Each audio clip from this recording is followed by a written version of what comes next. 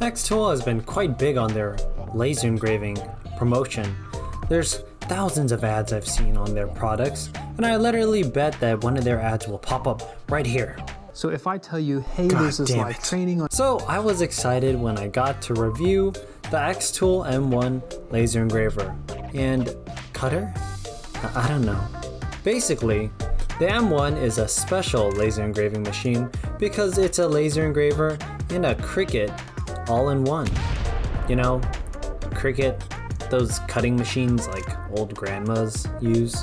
Having both machines all in one seems very ideal because it saves a lot of space and money with just one machine. It can basically cut a multitude of thin objects from wood, paper, and cardboard to vinyl, plastics, and fabrics with extreme computing precision. Of course, this is all hypothetical, but I guess it's time for me to see if it actually works or not. Once it arrives, it's humongous. You do get what you pay for. Opening it up shows another box with some beautiful printing, design, and packaging.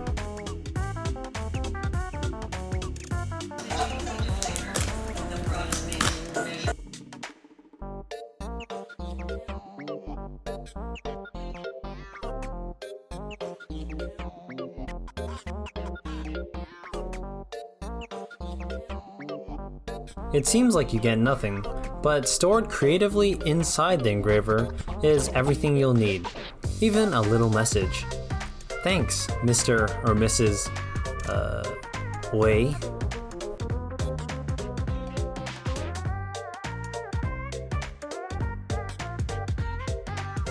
The machine is so well packaged that even the laser is held in place with some foam.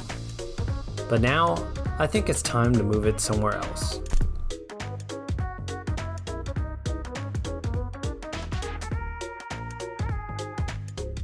xTool's M1 is brilliant, with assembly being thrown out the window. It can be plugged in and ready to go just like that. Though the one thing you do have to attach is this fan duct that pulls out smoke from the engraver to somewhere else. There we go, perfect. Though this is more of an addition, and I don't really count it as assembly. But I do appreciate this design a lot because it comes with a manual, which is somehow translated into 8 different languages, which makes this manual 1/8 of an actual manual. Some oil, some cutting mats, metal things to hold stuff up, and some free test materials. It's so simplistic. No need for assembly or a billion different pieces and tons of tools that you get and never end up using ever again. This makes the M1 extremely beginner friendly for any person getting into laser engraving. Let's try turning it on to make sure I got something that actually worked. And wow, that thing looks amazing. It has lights? This thing is definitely a product of the future, and I don't think you would find anything like it 10 years ago. So the machine looks pretty hot, but how do we use it? Well, it uses a program provided by xTool for free called Creative Space. It was hard to find this in the manual, which is my only complaint, so maybe not put every single language into one manual. But anyways, I installed it, and this is the other half of the machine, its brain. This program is massive and has so much to offer, so let's try to break it down. For starters, similar to the Cricut, the M1 is capable of precision cutting utilizing a blade head. It can cut thin materials such as sheets of paper and plastics, and it easily hosts settings for all of it. The M1 is also capable of laser cutting, which can cut things a little thicker than a blade could, such as wood, but it does falter with plastics because the laser ends up melting them instead of cutting them. Both methods of cutting has flaws, but by having them together, you can make up for those flaws and cut almost anything thin with ease. There's tons more possibilities in materials and methods of cutting with this machine, but we'll just stick to the basics right now and explore more of the main things about this program. Moving over here, you can design within the program, or import something, or use AI? Huh? I've never seen this before. Let's shove some Chinese designs in here and give me some frogs. God damn! Unlike many other programs, Creative Space offers a lot of resources to get designs started, and even if you don't know how to use any of it, there are support resources as well, making it extremely easy to learn it all. However, some of its best features show up when it's being used, so let's run some tests. First, we'll try engraving and try to add my dog's name to this tag thingy they provided. Connect the machine and look at this. A camera shows you an accurate image of the workbed, which means I can place the dog tag inside, insert my text as an image, and simply drag it to align it with the dog tag, which is crazy. I'm used to laser engravers where I have to painstakingly align using, well, guesses? This saves an amazing amount of time, and it even has pre-made settings for the materials.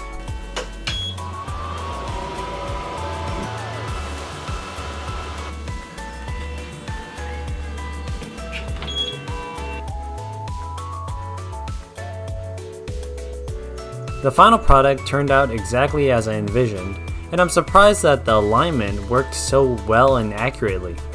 All I can say now is hopefully my dog likes it.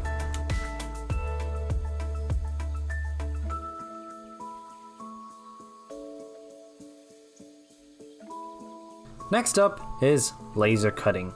Let's put this AI frog art to good use. By clicking on the image, you can adjust the settings to boil it down to a cuttable object by making it black and white. Then by clicking Trace Image, you can get an automatic cutting path following the contours of the image. And it's not perfect, obviously, but it's a test, so it should be fine.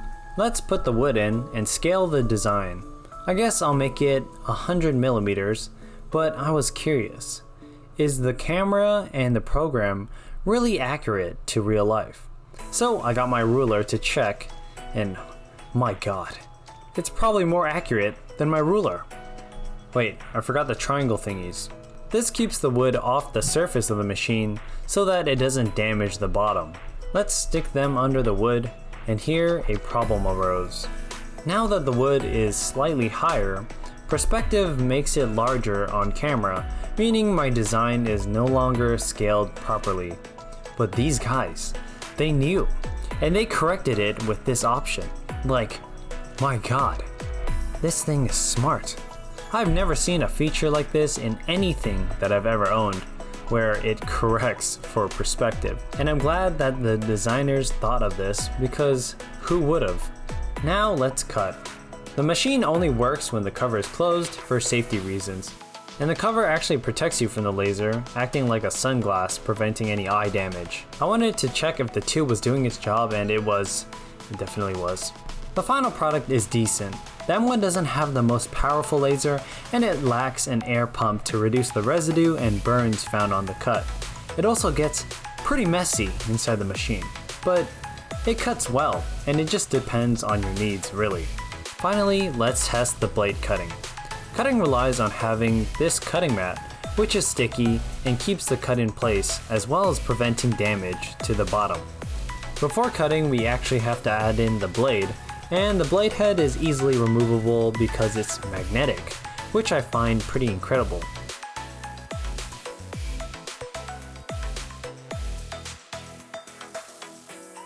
I decided to cut a fish design on the sticker-like material, and it's a simple click and then a start.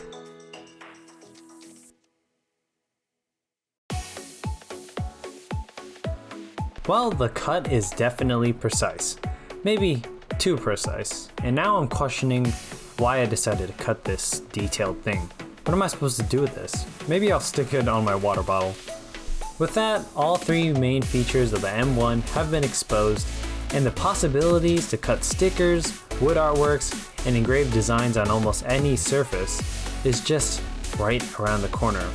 But I think I'll have to save that for part 2. The M1 is impressive. I never thought a laser engraver could be this technologically advanced in its design, programming, and ability. It's able to do everything it says it can, and actually does more than that. The cheapest option for this machine is only around $700, and comparing that to the price of a Cricut and a laser engraver, as well as their respectable programs, I think the M1 is worth the money. If you're interested in owning this machine, there are links below and any one of them will help support my channel. I hope you found this review interesting and insightful, and be sure to make some more fun.